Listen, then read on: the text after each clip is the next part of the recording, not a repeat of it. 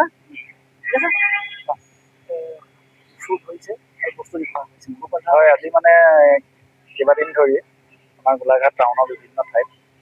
মানুহৰ ঘৰতে হওক বা গভৰ্ণমেণ্ট অফিচবিলাকতে AC পাইপবিলাক বা বিভিন্ন ৱায়াৰ বেটাৰী বা অন্যান্য কিছুমান বস্তু চুৰি হৈ আছিলে আৰু এইটো ৰিগাৰ্ডিঙত আমি ইনভেষ্টিগেশ্যন কৰি মানে আজি আমি ভালেমানখিনি আমি চুৰি সামগ্ৰী ৰিকভাৰ কৰিবলৈ সক্ষম হৈছোঁ। ইয়াৰ ভিতৰত চুৰি বেটাৰী হওক পানীৰ টেপ AC পাইপ আৰু অন্যান্য বহুতখিনি আমি সামগ্ৰী আমি উদ্ধাৰ কৰিবলৈ সক্ষম হৈছোঁ আৰু ইতিমধ্যে আমি 4জন চোৰক আমি কৰায়ত্ব কৰিছোঁ। ইয়াৰে দুজনৰ একচুৱেলি অৰিজিনেল ঘৰ নগাঁৱৰ হয় আৰু বাকী দুজন গোলাঘাটৰ কোন জেগাত চোৰ মানে তেওঁলোকে আচলতে বস্তুবিলাক চুৰ কৰি পেলাই জেনেৰেলি ক'ৰবাত গেবাৰী যিবিলাক আছে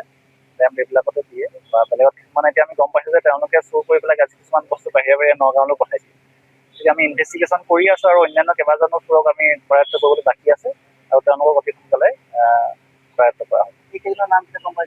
জনাব তেওঁলোকৰ ইতিমধ্যে 4জন আছে আৰু 4জনৰ নামকেইটা ডেমবিলাকৰ ওপৰত কি ব্যৱস্থা ল'ব লাগিব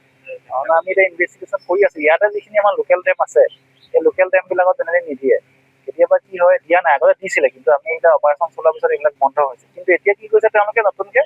বস্তুবিলাক পোৱাৰ পিছত এইবিলাক তেওঁলোকে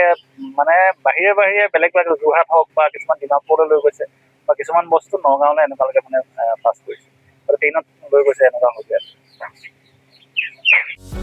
যিকোনো খবৰৰ বাবে যোগাযোগ কৰক আমাৰ এই নম্বৰত 9181 307 221।